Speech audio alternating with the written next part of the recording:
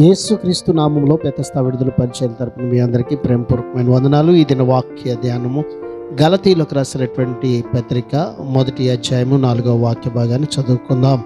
మన తండ్రి అయిన దేవుని చిత్త ప్రకారం క్రీస్తు మనలను ప్రస్తుత దుష్ట కాలంలో నుండి విమోచింపవలనని మన పాపముల నిమిత్తము తను తాను అప్పగించుకొనెను. చదవబడిన ఈ లేఖన భాగం ద్వారా దేవుడి బుద్ధకాల సమయంలో మనందరితో కూడా మాట్లాడి మనల్ని బలపరచునుగాక. ఈ లోకం కోరికలు, ఉద్దేశాలు, పనులు అనుసరించే మాదిరిలు అన్నీ కూడా చెడ్డవే. మనల్ని వీటి నుంచి విడిపించడం ఈ విధంగా జరిగింది.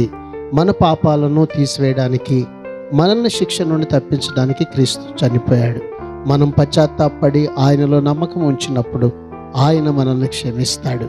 దేవుని ఆత్మ వచ్చి మనలో నివసింపసాగుతాడు. అప్పుడు ఈ లోకాన్ని కాదని దేవుని కోసం జీవించగలిగే శక్తి, సామర్థ్యాలు మనలో కలుగుతాయి. అప్పుడు ఈ లోకంలో మనలను దుర్మార్గతకు బంధించే దాని అంతటి నుంచి మనల్ని శుద్ధీకరించే కార్యక్రమాన్ని క్రీస్తు ఆరంభిస్తాడు. చివరికి ఒక రోజున ఆయన వచ్చి ఆ దుర్మార్గత నుంచి మనల్ని పూర్తిగా వేరు చేస్తాడు. దీని అంతటికి పునాది పాపాల స్థానంలో క్రీస్తు మరణమే. అది లేకుండా మనల్ని విడిపించడం అనేది సాధ్యమయ్యేది కాదు. కనుక దేవుడు ఈ ఉదయకాలం మనకిచ్చిన ఈ లేఖన భాగాన్ని బట్టి మన కొరకు అప్పగించబడినటువంటి క్రీస్తు కొరకు మనము కూడా మన పాపములను విడిచిపెట్టి జీవిద్దాం. అట్టి కృపను దేవుడు మనందరికీ దయచేయునుగాక. ఆమేన్. God bless you. దేవుడు మిమ్మల్ని దీవించి ఆశీర్వదించునుగాక.